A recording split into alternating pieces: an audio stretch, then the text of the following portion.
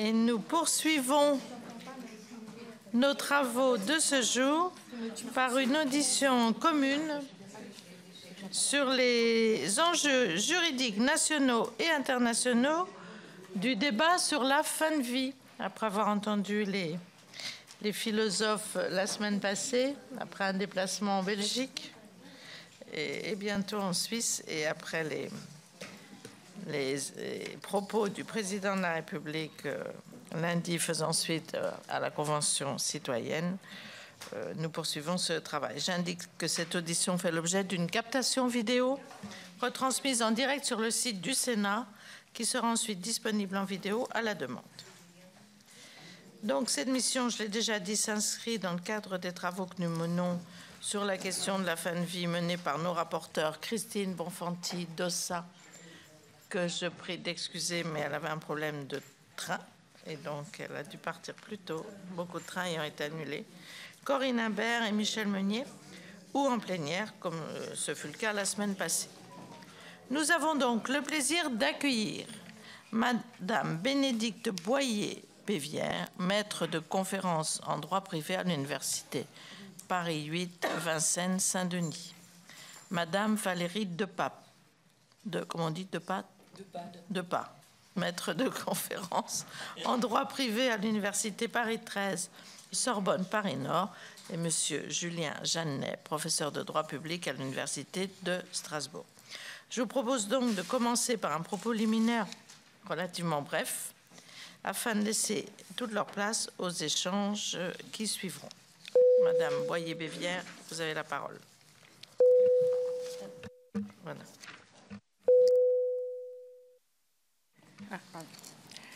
Merci beaucoup, Madame la Présidente.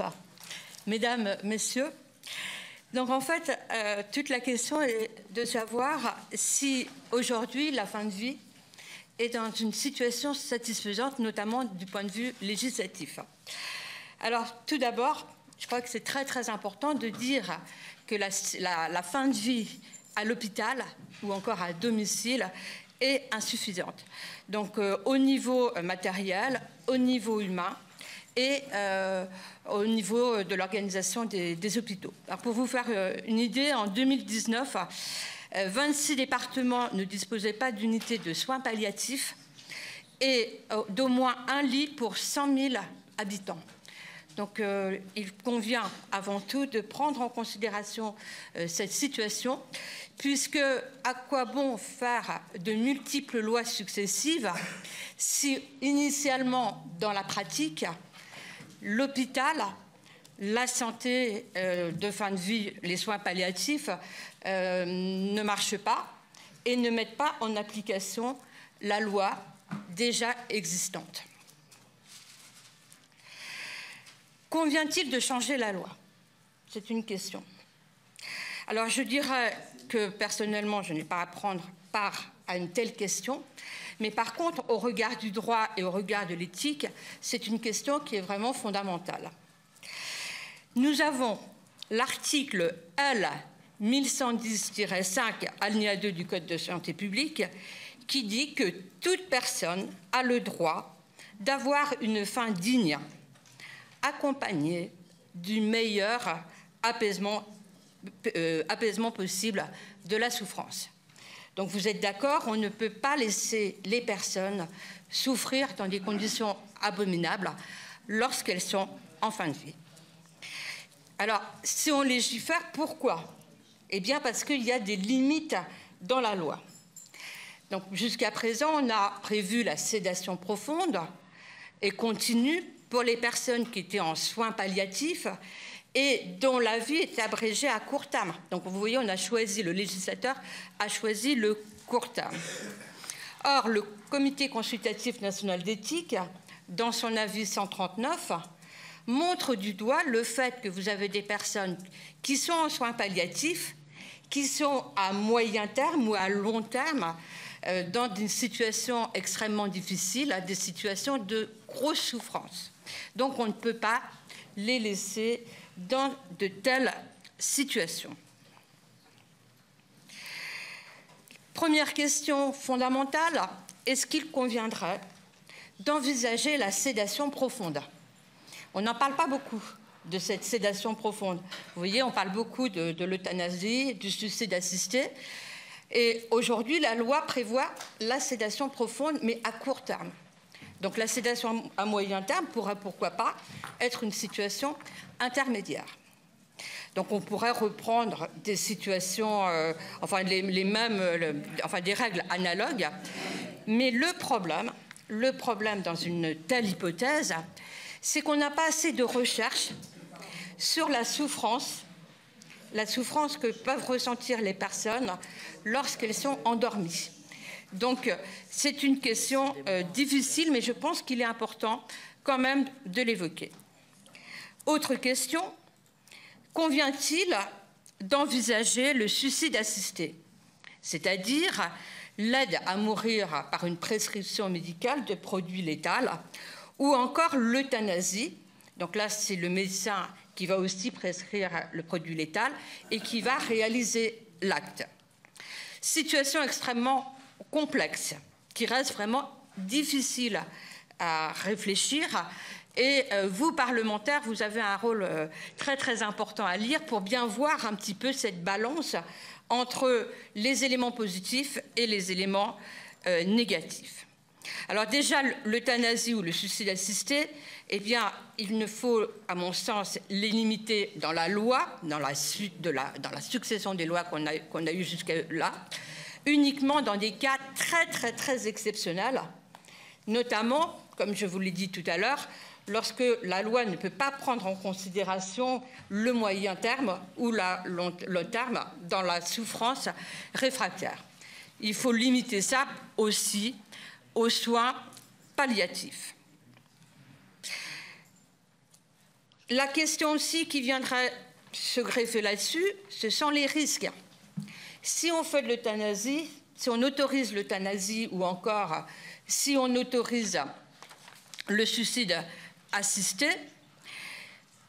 comment va-t-on pouvoir évaluer l'autonomie de la volonté?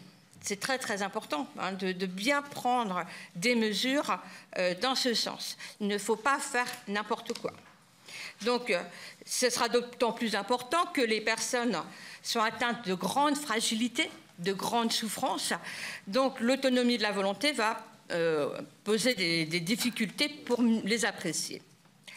Nous avons aussi les risques de stigmatisation sociale, les risques de stigmatisation professionnelle et même les risques d'auto-stigmatisation. C'est-à-dire que la personne va se dire « je suis en fin de vie, je suis un fardeau pour ma famille ».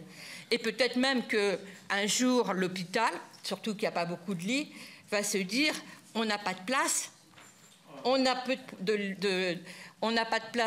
de lits en soins palliatifs », c'est ce qui existe déjà dans la réalité. Peut-être qu'on va plus aller dans le soin, dans l'euthanasie. La question qui se pose, c'est la proportionnalité.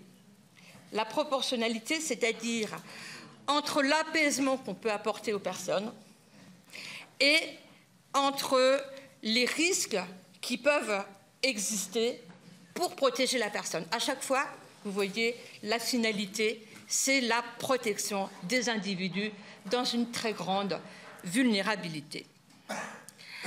Alors, bien sûr, on a, pour pouvoir évaluer cette proportionnalité, mes collègues vont pouvoir développer davantage après, tous les grands principes.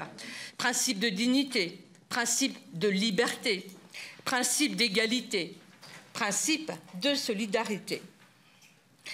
Ce qu'il importe aussi de réfléchir, c'est la situation des professionnels de santé. Professionnels de santé qui ont été largement éprouvés, déjà par rapport à la situation de l'hôpital, mais aussi par rapport au serment d'Hippocrate. Ils ont toujours été habitués à soigner la personne. Donc pour eux, c'est difficile de pouvoir donner la mort par rapport à l'euthanasie ou encore par rapport au suicide assisté. Donc je crois qu'il faut aller dans le sens de la clause de conscience, qui est aussi un moyen de leur laisser la liberté de choisir ou pas. Alors après, il y a une garantie c'est que s'il y a une clause de conscience, c'est de renvoyer la personne vers un autre professionnel de santé. Donc il y a cette possibilité-là, mais on pourrait aussi prévoir une autre possibilité, créer 5 ou 6 unités dans toute la France qui prennent en charge les personnes atteintes de sédation profonde et atteintes de, qui souhaiteraient faire de l'euthanasie. En fait, ce serait des services complètement dédiés et ça déchargerait le poids des professionnels de santé.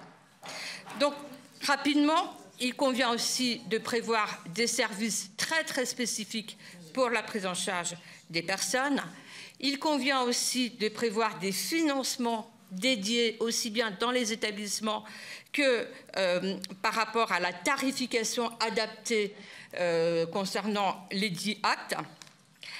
Et pour terminer, je vais insister sur ce point, on n'en parle pas du tout, c'est l'accessibilité du droit. Aujourd'hui, vous avez une partie des dispositions légales qui sont concentrées dans la partie législative du Code de la santé publique et vous avez beaucoup de dispositions qui sont dans le Code, toujours dans le Code de la santé publique, mais dans le Code de déontologie médicale. Le Code de déontologie médicale, c'est un outil pour les médecins.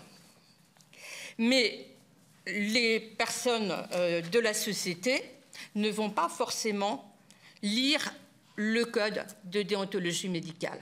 Alors que il y a vraiment beaucoup de dispositions qui sont dans ce Code de déontologie médicale et qu'on ne retrouve pas dans la partie réglementaire.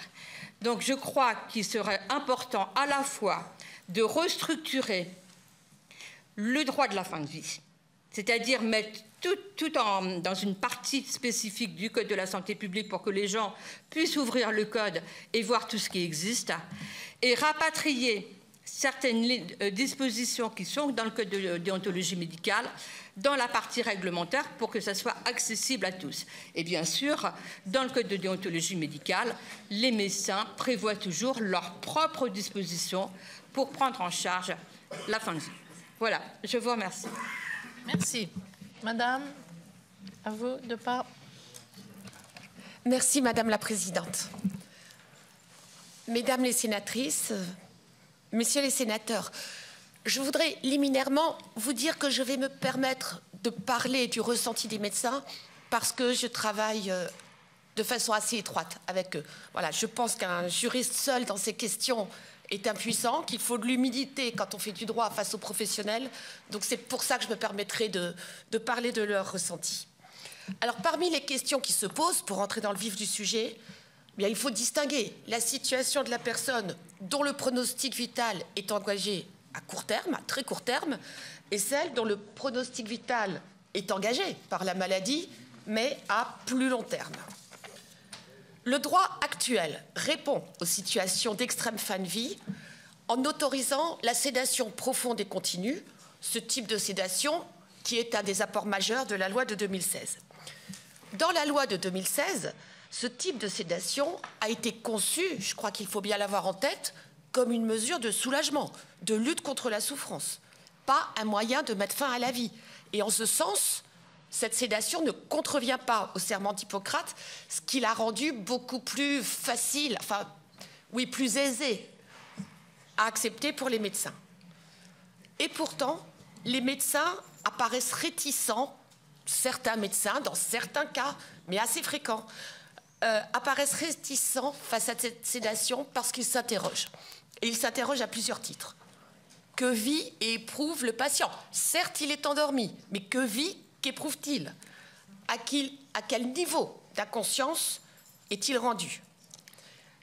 Et aussi et surtout, parce que ces médecins se préoccupent d'éthique, quel sens donner à ce temps de sommeil artificiel du point de vue du patient?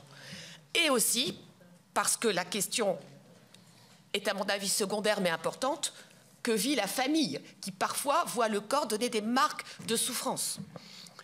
Or, ce temps est très variable. Lorsque ce type de sédation est appliqué à un patient pour lequel un prélèvement d'organes de type Maastricht 3, c'est-à-dire sur cœur arrêté, est envisagé, eh bien, les médecins arrêtent le respirateur et le délai qui sépare l'arrêt des suppléances vitales du constat de décès par arrêt cardiaque est d'environ 15 minutes. Vincent Lambert, monsieur Vincent Lambert, patient neurocérébral, est resté sédaté 9 jours avant de décéder. 9 jours qui ont été, puisque l'affaire a été malheureusement médiatisée, on sait que ces journées ont été très difficiles à vivre pour les proches. Alors, on voit ici à quel temps le point de la sédation peut varier. Or, raccourcir le temps de la sédation lorsqu'elle se prolonge implique évidemment d'injecter au patient des doses létales, ce que savent faire les médecins. Mais alors, il ne s'agit plus d'une sédation, comme elle est entendue par la loi, puisque le dosage aura pour but d'abréger la vie. Alors, je suis bien consciente de poser le problème sans y apporter de solution. Mais bon, nous comptons sur vous. Au-delà de ces questions, la sédation profonde et continue ne peut répondre aux situations dans lesquelles le pronostic vital n'est pas engagé à court terme, parce qu'alors, d'abord, elle serait longue, les signes de souffrance seraient apparents, le temps de l'inconnu s'éterniserait, et la personne ne décéderait pas des causes de sa maladie, elle décéderait d'infections multiples. Aussi faut-il aborder la question, aussi difficile soit-elle, d'une assistance au suicide, voire d'une euthanasie.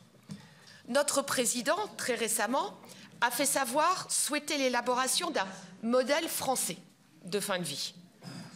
Il me semble que cette expression souligne toute la difficulté de la transcription juridique d'un droit à l'aide active à mourir. Il va falloir le transcrire, mais ce sera une tâche particulièrement difficile.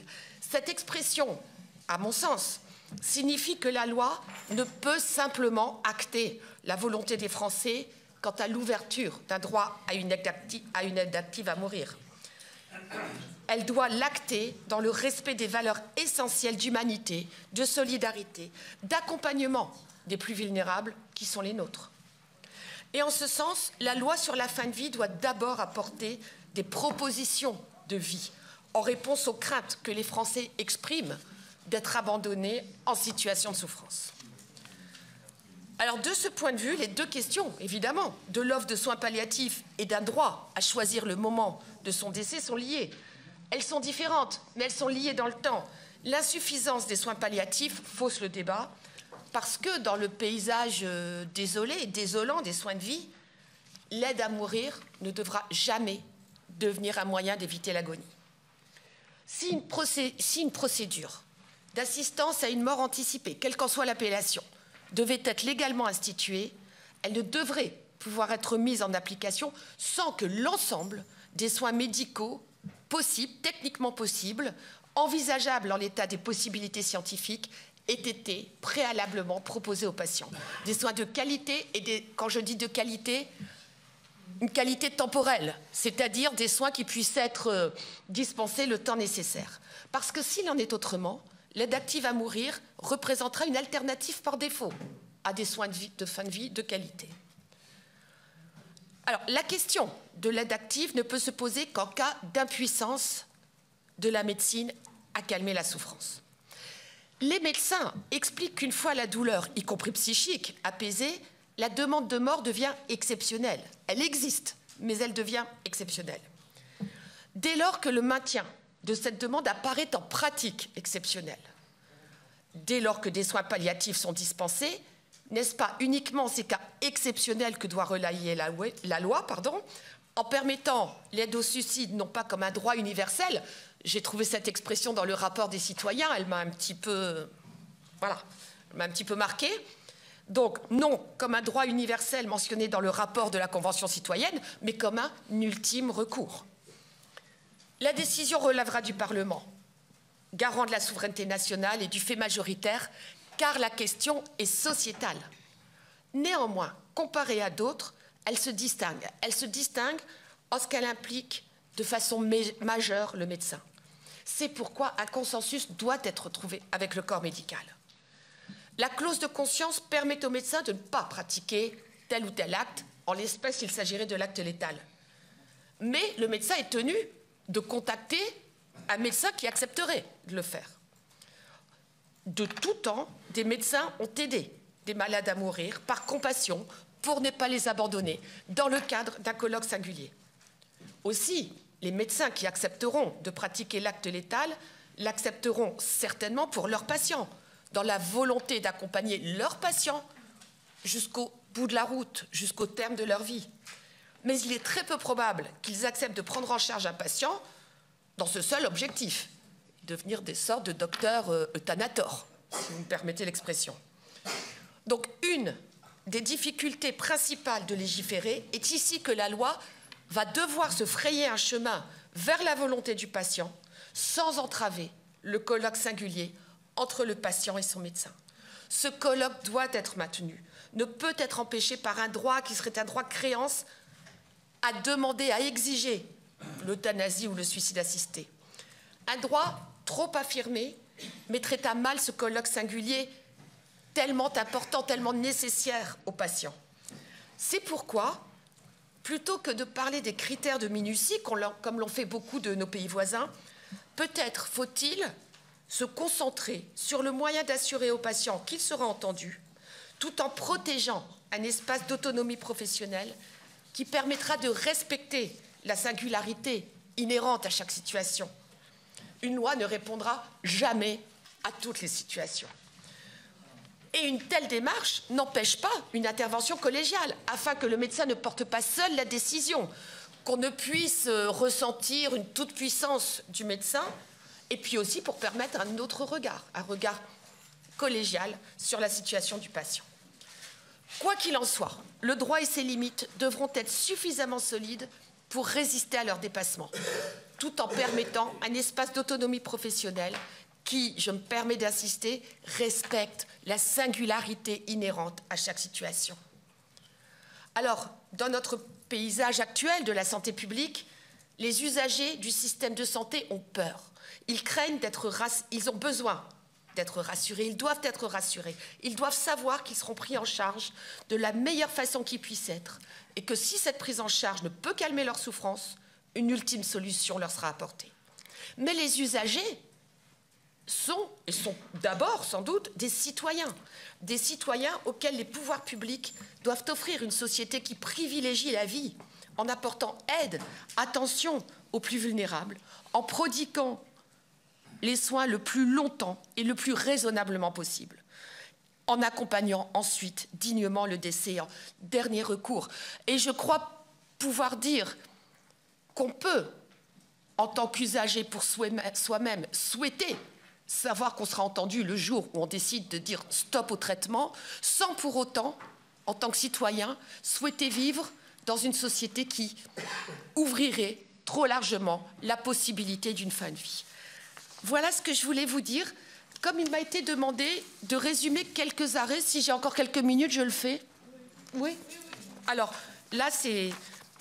Bon, je ne vais pas vous faire un cours de droit, mais je vous résume les décisions de la CEDH. Voilà, comme on m'a demandé de le faire. Et effectivement, la Cour européenne, à plusieurs reprises, s'est prononcée sur la question de l'aide active à mourir. Alors, je les ai prises dans l'ordre, comme on m'a donné les décisions.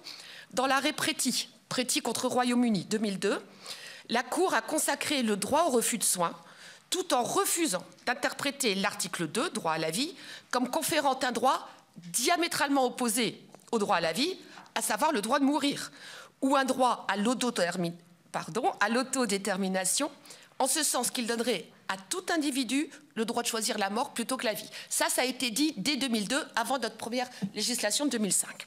Ensuite, l'affaire As contre Suisse, 2011. Un patient suisse atteint de troubles psychiques demandait que lui soit délivré du pentobarbital, je ne suis pas sûre de le prononcer comme il faut, afin de pouvoir, disait-il, se suicider de manière digne. La Cour a estimé que le droit positif helvète, en ce qu'il liait la délivrance de la substance à une prescription médicale, ne contrevenait pas aux dispositions de l'article 8, vie privée de la Convention. Ainsi, la Cour a vu dans le droit pour un individu, pour une personne, de décider de sa fin de vie, un aspect du droit au respect de la vie privée. Mais elle s'est retranchée derrière l'absence de consensus des États pour ne pas leur imposer d'obligations positives en ce domaine. Ensuite, 2012, l'arrêt Koch contre Allemagne. Ici, il s'agissait du mari. Le mari requérant avait fait valoir que le refus des juridictions nationales d'examiner au fond son grief relatif au refus de l'Institut fédéral d'accorder à son épouse l'autorisation d'obtenir, là encore, la dose nécessaire de pentobarbital, qui lui aurait permis de se suicider dans l'intimité de son foyer, plutôt qu'un long et pénible voyage vers Zurich, avait entraîné une violation du droit qu'il tient de l'article 8, là encore, le droit au respect de la vie privée et familiale. Et ici, la Cour franchit une étape. Elle franchit une étape en condamnant l'interdiction du principe du suicide assisté qui était en vigueur en Allemagne, en estimant qu'une juridiction doit pouvoir juger au cas par cas du bien fondé des demandes individuelles au suicide. Et elle en conclut que les États partis à la Convention étaient loin d'avoir atteint un consensus sur ce sujet et qu'il y avait lieu, dans ce contexte, une fois encore, de reconnaître une marge d'appréciation considérable. On arrive en 2013. 2013, l'affaire Gross contre Suisse. Les médecins consultés par la requérante avaient refusé de lui délivrer l'ordonnance qu'elle demandait, au motif que celle-ci, et là c'est intéressant, ne souffrait d'aucune pathologie clinique. La Cour européenne a condamné la Suisse pour violation de l'article 8, eu égard à sa législation qui, tout en permettant, on le sait, d'obtenir une dose mortelle de médicaments, ne fournit pas de directives suffisamment claires pour définir l'ampleur de ce droit. Et ce sera une des questions qui va se poser à vous. La Cour a jugé que cette incertitude quant à l'issue de sa demande a causé une angoisse considérable à Madame Gross, ce qui ne se serait pas produit en présence de directives claires et approuvées par l'État, dont acte. Et vient ensuite, ce sera le dernier, l'arrêt Mortier contre Belgique du 4 octobre 2022. Donc là, nous sommes beaucoup plus proches dans le temps. C'est l'arrêt, enfin là, il s'agissait de la Belgique. La Cour a été saisie par un requérant qui invoquait une violation de l'article 2 de la Convention européenne à la suite de l'euthanasie de sa mère. Sa mère qui souffrait de dépression chronique depuis une quarantaine d'années. Le requérant prétend que l'État a manqué à ses obligations positives de protection de la vie, puisque la procédure prévue par la loi sur l'euthanasie n'aurait pas été respectée et rendant ainsi illusoires les garanties qu'elle prévoit. La Cour, dans cet arrêt, rappelle qu'il n'est pas possible de déduire de l'article 2 de la Convention un droit à mourir, tout en retenant que le droit à la vie consacré par l'article 2 n'interdisait pas en soi une dépénalisation conditionnelle par la loi belge de l'euthanasie. Et là où l'arrêt est intéressant, c'est que la Cour énonce pour la première fois qu'en ce sens, la mise en place de garanties adéquates et suffisantes est nécessaire. Et elle observe 3 éléments. L'existence d'un cadre législatif concernant les actes préalables, le respect de ce cadre et l'existence d'un contrôle a posteriori présentant des garanties suffisantes. Bon, ici, dans l'affaire Mortier, s'agissant du contrôle a posteriori, la Cour a jugé les garanties insuffisantes. Ce n'est pas le plus intéressant. Le plus intéressant est la portée plus générale dans l'observance par la Cour de ces 3 éléments. Je vous remercie de votre attention. Merci pour ces précisions. Merci de votre intervention. Monsieur Jeannet. Merci Madame la Présidente. Mesdames et Messieurs les sénateurs, c'est toujours un plaisir pour un universitaire d'être invité à présenter le fruit de ses recherches dans l'espoir de pouvoir contribuer à éclairer la représentation nationale. Vous m'avez demandé de venir vous éclairer sur le cadre juridique de la fin de vie dans différents pays. Professeur de droit constitutionnel, je m'intéresserai surtout à des principes constitutionnels, à des décisions rendues par des juridictions constitutionnelles et au contexte dans lequel certaines lois ont été élaborées dans d'autres pays, conduisant à dépénaliser, à autoriser ou à organiser une aide active à mourir sous certaines conditions. Et je partirai à cet égard d'une tension qui traverse de nombreuses démocraties contemporaines. D'un côté, la provocation de sa propre mort est un acte d'autodétermination personnelle qui prend la forme classique dans sa brutalité même du suicide. D'un autre côté, c'est un acte qui intéresse la société entière, en tant qu'il contrecarre le cours normal des choses. Et c'est à la rencontre de ces deux tendances que différents parlements, différents juges constitutionnels ont choisi de faire évoluer leurs droits dans le sens d'un plus grand accompagnement des candidats au trépas. Encore faut-il préciser ce dont il est question. L'aide à mourir peut renvoyer à 4 actions distinctes qui soulèvent des questions différentes du point de vue du droit. Dans l'ordre de la préparation de la mort, on peut distinguer l'interruption des traitements. Les médecins se contentent de laisser la mort survenir en son temps en arrêtant de soigner, et les soins palliatifs qui conduisent pour les médecins à prodiguer des soins destinés à soulager la souffrance du patient, notamment dans le cadre d'une sédation profonde et continue jusqu'au décès. A l'inverse, dans l'ordre du déclenchement de la mort, qui soulève des questions juridiques tout à fait distinctes, forme plus active d'aide à mourir, on distingue habituellement l'assistance au suicide, comme l'a rappelé l'une de mes collègues avant moi. On accompagne le patient qui commet in fine l'acte mortifère, contrairement à l'euthanasie stricto sensu, qui veut que l'acte mortifère délibéré soit commis par un auxiliaire, situation parfois nécessaire pour les plus malades qui ne pourraient pas se suicider eux-mêmes. Distinction qui est décisive en droit, mais qui en pratique est assez fine, on l'imagine, et ça soulève évidemment des questions. En la matière, il est assez courant d'évoquer certains de nos voisins, certains des pays qui sont autour de nous, pour différentes raisons. Tout d'abord parce que certains d'entre eux ont privilégié des législations particulièrement libérales en la matière. D'autre part parce que des Français, anonymes ou célèbres, ont décidé d'aller finir leur jour dans ces pays.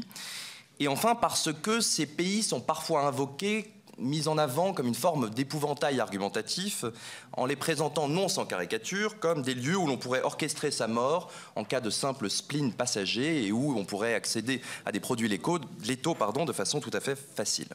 Je passerai rapidement. La Suisse, évidemment, qui dès 1941 a prévu que l'assistance au suicide dont le mobile est altruiste n'était plus réprimée. Les Pays-Bas, bien sûr, qui ont dépénalisé l'assistance au suicide et l'euthanasie en 2001 sous certaines conditions, la demande répétée du malade lorsqu'il peut l'exprimer, le caractère incurable de sa maladie, l'avis pris auprès d'autres médecins et le signalement de la mort aux autorités. Quant à la Belgique, où je comprends que certains membres de cette commission se sont rendus récemment, elle a dépénalisé l'euthanasie active en 2002 sous certaines conditions, majorité du patient, ce qui a été étendu en 2014 aux mineurs dans des circonstances qui soulèvent des questions, formulation de demandes volontaires réfléchies et répétées, situation médicale sans issue, et patient qui fait état d'une souffrance psychique ou psychologique constante. Quant aux autres États, le Luxembourg en 2009 pour l'assistance au suicide et l'euthanasie, l'Espagne en 1995 pour l'assistance au suicide et en 2021 pour l'euthanasie, et plus loin de nous, la Nouvelle-Zélande, situation intéressante car le choix a été fait de recourir au référendum pour légaliser l'euthanasie en 2020. Ce sont des situations que l'on invoque aussi régulièrement. Alors, quel est le rôle joué plus particulièrement par les juges constitutionnels, puisque c'est la question qui m'a été posée, dans l'évolution de ces législations sur la fin de vie? Première remarque, les juges, de manière générale, s'attachent, on peut penser que c'est le cas des individus qui composent ces juridictions, c'est en tout cas un argument qui est volontiers mis en avant, à se montrer en retrait, à laisser les parlements être les forums pertinents pour trancher ces questions épineuses. Deuxième observation, il arrive néanmoins que les juges soient plus actifs, comme nous le verrons, qu'ils conduisent à provoquer en quelque sorte des législations dans des conditions qui soulèvent un certain nombre de questions. Autre observation, les juges sont souvent sollicités, les juges constitutionnels en particulier. En effet, dans certains pays, on peut noter qu'il est parfois plus facile pour les personnes qui défendent la mise en place d'une aide active à mourir d'accéder au prétoire du juge constitutionnel que de pousser les parlementaires à se saisir eux-mêmes de la question. Ainsi s'explique le nombre important de décisions rendues à ce sujet par différentes juridictions constitutionnelles, mais aussi par des organes supranationaux de protection des droits de l'homme, à l'instar de la Cour européenne des droits de l'homme dont on vient de parler, et notamment cette décision Mortier contre Belgique, dont, chers collègues, vous venez de parler, qui est particulièrement importante dans la mesure où la Cour européenne des droits de l'homme, dans ce cadre-là, a affirmé qu'une loi autorisant l'euthanasie ne méconnaissait pas de ce simple fait le droit à la vie garanti par l'article 2 de la Convention, tout en refusant l'existence d'un droit à mourir et en laissant, comme vous l'avez dit, aux États une large marge d'appréciation. Alors les relations entre les juges constitutionnels et les parlements, quand on rentre un peu plus dans le détail, sont assez diverses et il est possible de les ramener à 4 grandes configurations. Première configuration, le cas dans lequel une réforme parlementaire est consolidée par une juridiction constitutionnelle. Le cas d'école, en l'occurrence, est le cas belge. Le Parlement, en 2002, comme je l'ai dit, a autorisé l'euthanasie, l'a ouvert aux mineurs en 2014. Et le 29 octobre 2015, la Cour constitutionnelle a inféré du droit au respect de la vie privée le droit de décider de mettre fin à sa vie pour éviter une fin de vie indigne et pénible. Deuxième cas de figure, le cas dans lequel une réforme parlementaire est neutralisée par une juridiction constitutionnelle. Et là, c'est le cas qui nous est donné par le Portugal, où en 2021, le Parlement a dépénalisé à la fois l'assistance au suicide et l'euthanasie, sous condition, dans un cadre médical, avant que le président de la République, opposé à la réforme, conservateur, s'y oppose en saisissant le tribunal constitutionnel qui a déclaré la loi inconstitutionnelle au nom du fait que cette loi comportait des catégories juridiques trop vagues, notamment en ce qui concernait la question des souffrances. Le Parlement a adopté une nouvelle loi qui a subi un veto présidentiel en novembre 2021 et une nouvelle loi est encore en discussion. On a donc un jeu d'aller-retour, de ping-pong entre le Parlement d'un côté, le tribunal constitutionnel et le président de l'autre, qui n'est pas terminé. Troisième configuration, la configuration dans laquelle il y a une incitation juridictionnelle qui conduit à une réforme parlementaire. Sur ce point, trois situations distinctes méritent d'être distinguées. Tout d'abord, la manière forte qui nous est montré par le tribunal constitutionnel fédéral allemand, qui, le 26 février 2020, alors qu'il n'existait pas de loi autorisant l'aide active à mourir, a censuré une loi qui prohibait l'assistance au suicide dans un cadre professionnel, en tirant du principe de dignité de la personne humaine, écrit dans la Constitution, dont il avait déjà inféré un droit au libre épanouissement de sa personnalité, un droit de choisir sa mort, et c'est ça la nouveauté de la décision, qui n'est pas limité aux maladies graves ou incurables. Et donc là, on a un tribunal constitutionnel qui consacre un principe constitutionnel de droit de choisir sa mort et qui conduit le législateur à essayer de suivre ce principe, éventuellement en adoptant, mais ils sont en train de travailler sur ce point, une loi en la matière.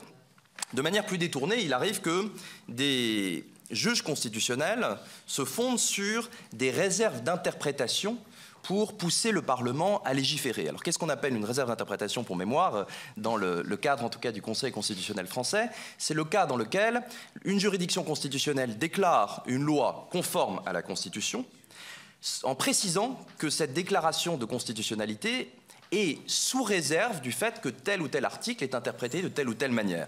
On est donc dans un cas où le juge constitutionnel, qui d'habitude, pour reprendre une distinction du doyen Vedel, n'utilise que la gomme, peut marginalement utiliser le crayon en affirmant le fait que la loi doit être légèrement réécrite dans telle ou telle direction. En l'occurrence, c'est ce qui s'est passé en Colombie, où en 1997, la Cour constitutionnelle a créé une cause d'irresponsabilité pénale en matière d'euthanasie, tout en invitant le Parlement à légiférer sur la question. En 2000, le Parlement a réagi à l'inverse en prohibant de façon générale l'euthanasie. En 2015, le ministre de la Santé a, lui, adopté un acte qui légalisait en pratique l'euthanasie contre la loi. Et en 2021, la Cour a déclaré que la loi pénale prohibant l'euthanasie était conforme à la Constitution, sous réserve qu'en soit exclu l'acte réalisé avec le consentement du malade, quel que soit l'état d'avancement de la maladie. Et tout en invitant encore une fois le Parlement à légiférer pour mieux protéger le droit de mourir dans la dignité. Enfin, la manière encore plus douce d'agir consiste à moduler dans le temps les effets d'une décision. Qu'est-ce que ça veut dire? Des juridictions constitutionnelles ont la possibilité de dire « je déclare telle loi contraire à la Constitution, mais je repousse dans le temps les effets de ma décision, en particulier pour laisser au Parlement le soin de légiférer dans l'intervalle ». En l'occurrence, c'est le choix qui a été privilégié au Canada, où, en 2015, la Cour suprême a jugé que la prohibition pénale de l'aide à mourir méconnaissait le droit à la vie, à la liberté et à la sécurité des personnes tel qu'il est garanti par l'article 7 de la Charte canadienne des droits et libertés, en tant qu'elle prive de cette aide certaines catégories de malades. La Cour a repoussé d'1 an puis de 4 mois les effets de sa décision et, entre-temps, le Parlement a adopté une loi se conformant à la décision de la Cour. Enfin, la quatrième configuration que l'on observe est celle dans laquelle la réforme procède de la juridiction elle-même en raison d'une inertie prolongée du Parlement alors même que du temps lui avait été laissé pour aller dans cette direction. C'est la situation qui nous est donnée par la Cour, c'est l'exemple qui nous est donné par la Cour constitutionnelle italienne dans toute une saga qui a conduit à la Cour à rendre plusieurs décisions dans l'affaire Marco Cappato. Alors en quelques mots, Marco Cappato était un ancien parlementaire européen, activiste, qui a volontairement été accompagné, un DJ qui est très connu, qui avait subi un accident de voiture très grave en Suisse pour y bénéficier d'une assistance au suicide. Il est revenu en Italie, il est allé voir les carabinieri en disant voilà, arrêtez-moi, je viens de commettre une infraction en regard du code pénal italien, tout ça pour provoquer un grand débat sur l'aide à mourir. Et en l'occurrence, à l'occasion de son procès pénal, a été soulevée la question de la constitutionnalité de la loi pénale qui fondait les poursuites à son encontre.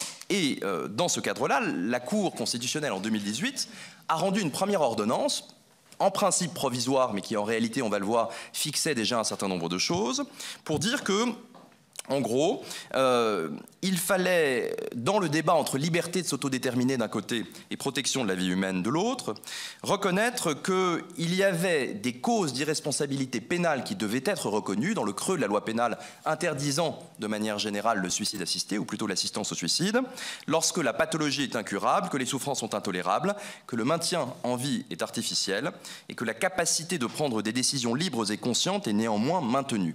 Dans ce cas de figure, nous dit la Cour constitutionnelle, il convient de créer une cause d'irresponsabilité pénale, mais je ne tranche pas cette question moi-même, nous dit le juge.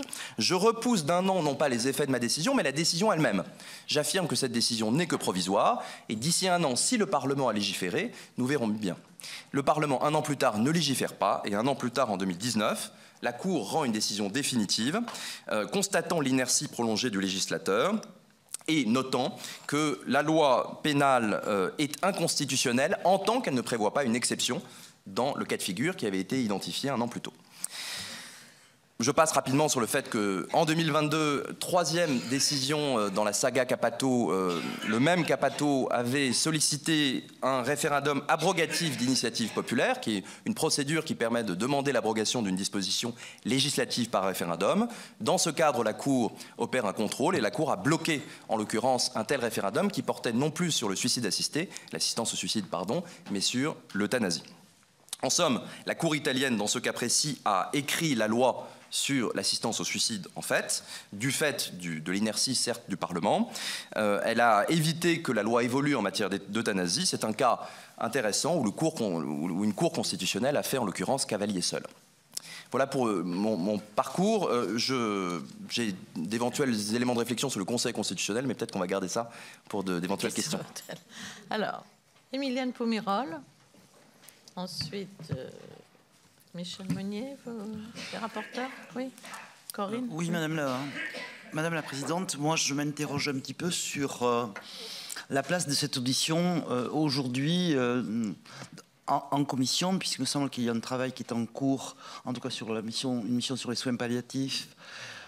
Malheureusement, je n'ai pas pu y participer, mais je ne reviendrai pas sur sur le fond du problème, qui est un problème extrêmement complexe. On a eu encore, donc pas plus tard que lundi, l'avis de cette commission avec 150 personnes qui ont été tirées au sort, qui a été rendue lundi après-midi ou lundi matin, je ne sais plus. Enfin, en tout cas, c'était lundi. Et je ne veux pas revenir sur le fond parce qu'on ouvrirait un débat que j'espère on aura, parce que j'espère bien qu'on aura un texte législatif qui fera avancer ce sujet et qui est extrêmement complexe. Moi, je voulais juste m'élever contre une phrase que vous avez dite, madame, et qui m'a vraiment fait sursauter, ça s'est entendu d'ailleurs, et que je trouve extrêmement choquante quand vous dites, parce qu'il manque de place à l'hôpital, on court un risque que les soignants décident, j'allais dire, de tuer des gens simplement pour libérer des places. C'est intolérable pour moi, et je pense que pour beaucoup d'autres ici, c'est vraiment une insulte à la profession médicale et aux professions de santé que je ne peux pas tolérer, donc je tenais à vous le dire. Alors, en fait, je n'ai absolument pas souhaité dire une telle chose. Je dis simplement que lorsque les lits sont limités en soins palliatifs, il y a quand même à répondre Voilà, les gens sont dans leur lit. L'hôpital fonctionne à sa manière. Il va y avoir de nouvelles personnes qui vont arriver. Que faire? Et regardez ce qui s'est passé pendant la Covid.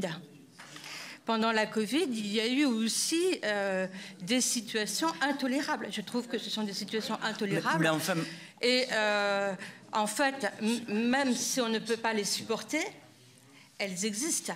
Et je crois que c'est indispensable de prendre en considération ces situations pour que le législateur, mais aussi pour que l'État intervienne pour mettre à disposition tous les moyens qu'il faut pour la fin de vie.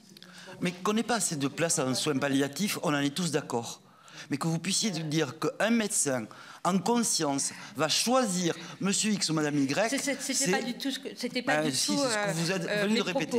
Je suis désolé, mais vous venez de le répéter. Mes propos sont qu'il faut gérer. Il faut gérer un service. Il faut gérer une unité.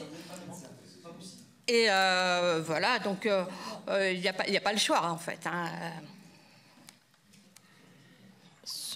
Concernant la première remarque d'Emilienne Poumirol, je rappelle que la mission confiée à Christine Bonfanti, Corinne Imbert et Michel Meunier est la suite de leur mission qu'elles avaient faite sur les soins palliatifs, mais qu'elle est maintenant intitulée « Mission sur la fin de vie ».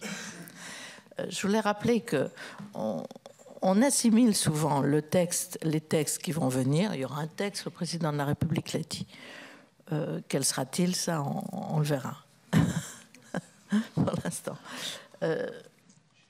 Souvent, on présente en disant la loi Leonetti-Claes est méconnue, il n'y a pas assez de directives anticipées, il n'y a pas assez de lits de soins palliatifs, même si on peut faire du palliatif à domicile. Et je pense qu'il faut vraiment aussi qu'on axe vers là.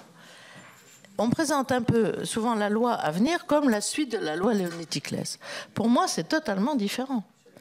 La loi Leonetti-Claes, c'est une loi sur une sédation profonde et continue jusqu'au décès en cas de mort imminente à court terme pour soulager les souffrances, parce que beaucoup de gens souhaitent certes mourir et souhaitent surtout le non-acharnement thérapeutique et pouvoir avoir une mort apaisée, et c'est souvent aussi le souhait de leur famille.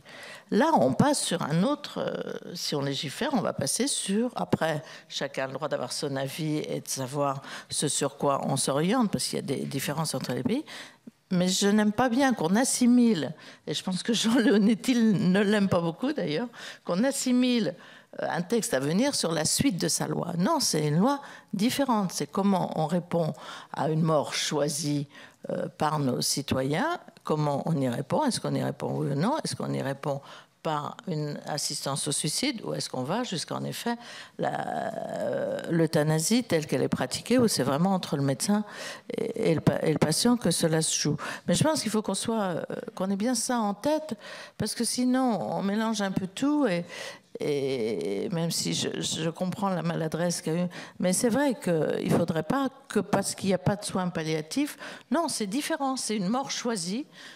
Un citoyen peut exprimer un choix de mort ou de fin de vie, mais c'est un texte, à mes yeux, totalement différent sur lequel on devra discuter.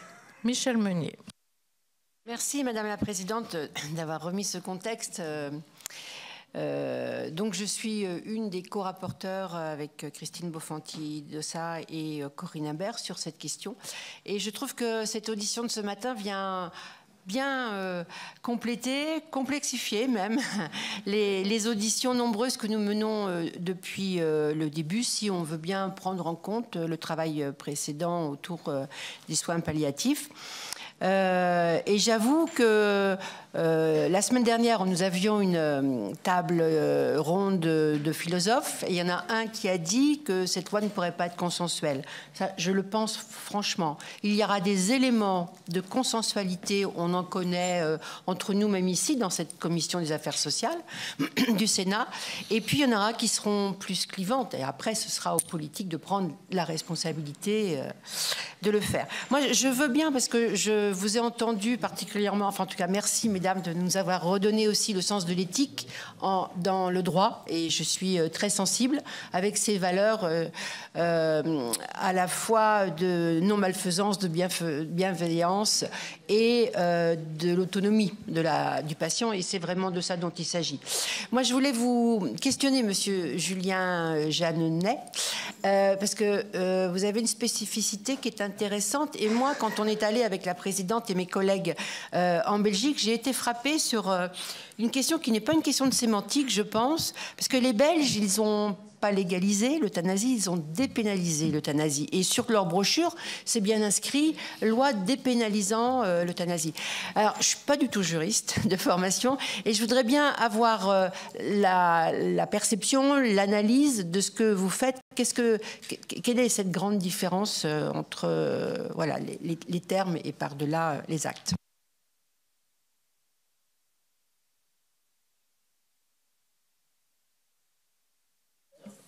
Oui, merci Madame la Présidente, merci Mesdames, merci Monsieur pour vos interventions. Juste en complément, dire à Émilienne qu'on a voulu associer l'ensemble des commissaires, de façon, on était tous les trois d'accord pour ouvrir à l'ensemble des commissaires ces auditions, tout en complément des auditions évidemment que nous faisons en tant que rapporteurs. J'ai 3-4 questions, mais très courtes, et avec peut-être des réponses très courtes aussi, parce que sinon on va encore y passer beaucoup de temps, ou sinon vous me répondrez, si vous voulez, peut-être par écrit, si vous voulez, dans la formulation plus longue. En tant que juriste, l'acte d'euthanasie est-il un soin ? Quelle est votre définition de la mort naturelle, ou d'une mort naturelle ? C'est pour ça que vous pouvez disserter certainement trop longuement, donc, mais juste comme ça, je fais part de mes questions. Mes questions sont courtes, les réponses sont certainement longues, mais donc voilà, en quelques mots, puis tout le monde aura accès au compte-rendu de la commission, donc on pourra, et il y aura un rapport où tout ça sera mentionné, si vous me faites des réponses écrites. Quelles conséquences juridiques que peuvent engendrer demain liberté de demander sa mort et dignité, et j'allais même rajouter égalité, puisque vous avez évoqué l'égalité, et quel risque de pente glissante. Voilà, j'avais sûrement d'autres questions, mais je vais me tenir à ces 4 questions très courtes, vous le reconnaîtrez.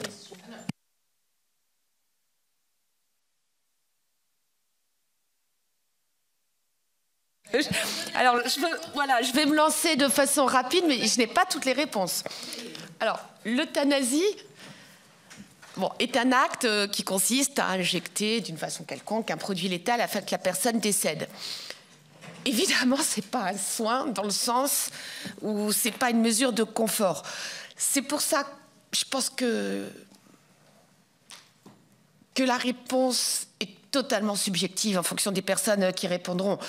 Bien sûr, ce n'est pas un soin, c'est simplement la dernière solution, la façon d'arrêter des souffrances qu'on ne parvient pas à arrêter lorsqu'une personne est condamnée.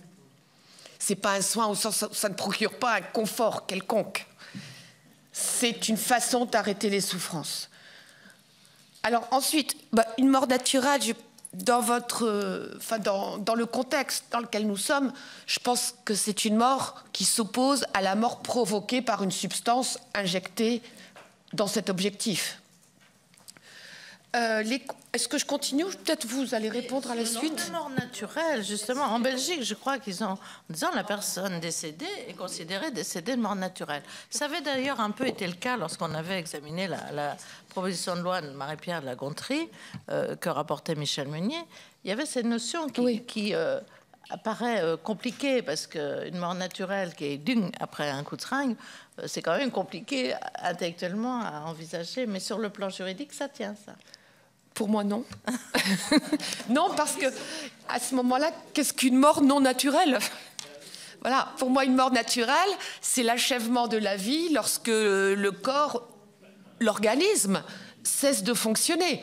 Lorsqu'on injecte un produit afin qu'il cesse de fonctionner, voilà, maintenant, je pense que les philosophes répondraient peut-être mieux que nous, en tout cas que moi, sur la notion de nature. Mais non, pour moi, ce n'est pas une mort naturelle. On met le mort naturel, je pense, pour éviter des poursuites, Oui. pour que la personne qui a fait l'injection ne soit pas poursuivie. Mais vous allez peut-être... mais vous continuez sur vos réponses. Je continue. Alors, la troisième était les conséquences juridiques de la demande de mort vis-à-vis de la dignité, je crois. De la liberté de demander sa mort, la notion de dignité, la notion d'égalité que... Alors, oui, concernant la dignité, bon, je ne pense pas que l'idée soit de se lancer dans un débat sur la dignité. On va simplement dire que la dignité peut être définie de façon rapide comme notre égale appartenance à l'humanité. Et je crois que cette notion, alors dans un rapport que j'ai coordonné, que je vous ai communiqué d'ailleurs cet été, on a abandonné parmi les arguments qu'on recensait la dignité, tout simplement parce que là, la façon de voir le respect de la dignité selon qu'on permet l'acte létal ou non est totalement subjective. Voilà. Maintenant, il est certain qu'il pourrait y avoir, mais j'ai pas d'inquiétude, ça n'arrivera pas, des cas dans lesquels la dignité ne soit pas respectée. Mais je pense que c'est pas notre débat. Bien sûr que la dignité sera respectée, simplement, chacun d'entre vous aura peut-être une notion différente du respect de cette dignité. Parce que tout le monde reste digne jusqu'à la fin de ses jours. C'est pour ça que j'aime pas beaucoup l'expression de mourir dans la dignité. Un être humain reste digne. Parce que la dignité est un attribut, tout simplement, de l'humanité. Simplement, toute la question est de respecter au mieux cette dignité. Et c'est là où je pense qu'il n'y a pas de réponse objective, en tout cas tranchée. Oui, c'était... Quel risque de pente glissante? Alors, le risque de pente glissante et le risque est... Alors, on appelle ça, oui, d'une façon juridique. Parce que je prends exemple sur ce qui s'est passé, et notamment là où était Theo Bauer, c'est aux Pays-Bas. Voilà, je crois qu'on a tous été marqués par cet article de Theo Bauer. Ce qui est certain, c'est que de toute façon, la loi ne répondra pas à toutes les demandes, à toutes les situations. C'est ce que vous disiez, le consensus total n'existe pas. Donc, certaines personnes se verront refuser l'éventuel droit tel qu'il sera défini, et ces personnes pourront défendre leur position, notamment vis-à-vis des juridictions, en invoquant une stigmatisation ou une inégalité des droits. Et c'est là où on risque, avec une logique juridique, d'étendre ce que vous aurez décidé, parce que certaines personnes qui ne feront pas partie du dispositif pourront faire valoir qu'il y a là une inégalité. Voilà. Merci. Monsieur Jeannet, ensuite, si vous voulez compléter. Merci Madame la Présidente. Alors tout d'abord sur la distinction entre dépénalisation ou légalisation. Alors là c'est une distinction générale en droit. Quand vous dépénalisez, vous faites en sorte qu'un comportement qui était incriminable, qui était susceptible de justifier le fait que la personne qui effectuait ce comportement pouvait être attraite devant un juge pénal, devient libre au sens d'un principe général de liberté en droit pénal qui fait qu'on ne peut punir qu'à raison de ce qui a été explicitement interdit. Donc, dès lors que vous, par une loi, vous décidez que le code pénal ne punit plus tel comportement, ce comportement rentre dans le champ général des très nombreux comportements qui relèvent du principe général de liberté.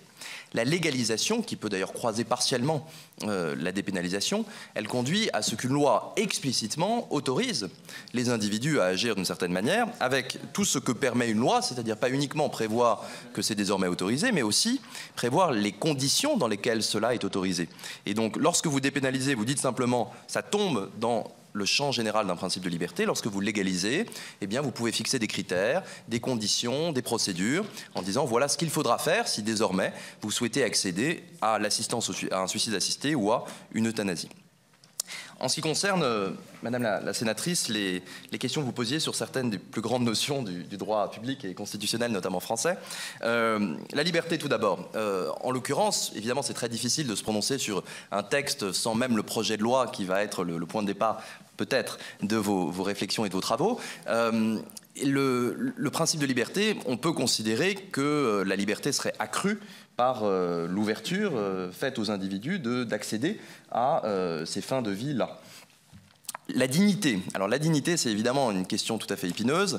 C'est une catégorie juridique dont les contours sont extrêmement vagues, dont la charge politique, morale est évidemment très importante. Et donc le fait d'invoquer la dignité, en l'occurrence, il ne me semble pas qu'il y ait une solution toute prête que l'on puisse déduire de ce principe de dignité. En effet, on peut tout à fait invoquer la dignité au soutien de l'idée selon laquelle il faut permettre aux individus de choisir les conditions dans lesquelles ils souhaitent mourir, en particulier pour ceux qui sinon vont subir des souffrances atroces avant la fin naturelle ou normale, si j'ose dire, si l'on ne fait rien des choses. Et puis à l'inverse, il y a ceux qui vont dire mais c'est parfaitement indigne de rendre possible le fait que l'État autorise d'une manière ou d'une autre un acte positif conduisant à la mort des individus. Donc à cet égard, je ne suis pas certain que le principe de dignité vous soit d'une... il est incontournable, mais en même temps, je ne suis pas sûr qu'il vous soit d'une très grande aide en la matière. Quant à l'égalité, alors je ne suis pas certain de comprendre exactement les cas dans lesquels... En fait, c'était les conséquences juridiques de légiférer au nom de la liberté de choisir sa mort, de la notion de dignité, mais j'ai bien compris, et de l'égalité, puisque ça a été évoqué tout à l'heure. Alors, oui. Donc, en fait, c'est sur... voilà. C'est les conséquences juridiques que peuvent avoir cette égalité d'accès. Le principe d'égalité en droit français est un principe qui est tout à fait malléable, dans la mesure où, en gros, il prévoit le fait que des personnes dans des situations équivalentes doivent être normalement traitées de façon équivalente et que des personnes dans des situations différentes peuvent être traitées de manière différente dès lors que la différence de traitement est en lien avec la loi l'objectif de la loi qui prévoit ce traitement. Dans les faits, lorsque l'on regarde la manière dont les juges administratifs et constitutionnels en particulier utilisent le principe d'égalité, on constate qu'il y a une très grande malléabilité de ce principe qui dépend des paramètres choisis. Selon que vous vous concentrez sur tel ou tel aspect, eh bien vous allez considérer que les situations sont analogues ou comparables, ou à l'inverse, sont différentes et donc méritent ou rendent possible la possibilité d'un traitement différencié. En l'occurrence, il faudrait voir ce dont on parle. Est-ce que par principe d'égalité, on entend le fait que seraient traitées différemment des personnes qui seraient en mesure d'exprimer de manière consciente et répétée jusqu'au dernier moment leur soin de mourir, versus des personnes qui seraient plus en mesure de le faire et auquel cas il faudrait se fonder uniquement sur d'éventuelles directives anticipées. Quid, en l'absence de directives anticipées, on recroise des questions qui sont bien connues des spécialistes. Est-ce que le principe d'égalité veut que simplement on constate qu'en France, des personnes en général plus favorisées, plus informés savent qu'il est possible d'aller mourir en Suisse, au Luxembourg ou en Belgique, contrairement à des personnes qui ne le savent pas ou qui n'y ont pas accès et qui se trouvent à cet égard dans une situation différente. L'égalité à cet égard me paraît croiser ou être une ligne de fond dans l'intégralité de vos travaux. Quand, je finis sur ce point, au risque de la pente glissante, c'est évidemment un argument plus politique que juridique. Ma réponse de juriste consiste à dire oui, mais en même temps, vous êtes législateur. C'est-à-dire, si vous décidez de dire on peut faire ça, vous n'êtes pas obligé de... C'est à vous de faire en sorte... L'argument a été utilisé en 2013 à propos du mariage ouvert aux personnes de même sexe. Il y a eu beaucoup d'arguments de la pente glissante. Bon, ensuite, le législateur a pu faire évoluer le droit ponctuellement sur des points précis, mais c'était à chaque fois en réfléchissant, en sachant pourquoi.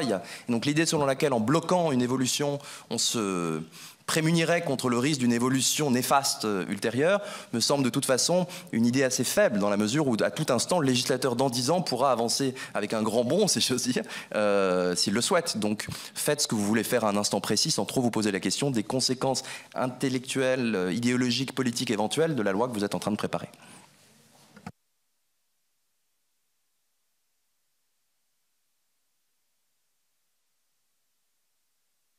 On a cet éclairage, en effet, juridique, et on attend maintenant le texte à venir qu'on nous promet pour l'été, c'est ça? Automne, oui. En fin d'été. Les fins d'été. Avant la fin de l'été, en Conseil des ministres, mais plutôt ici en septembre. Merci beaucoup.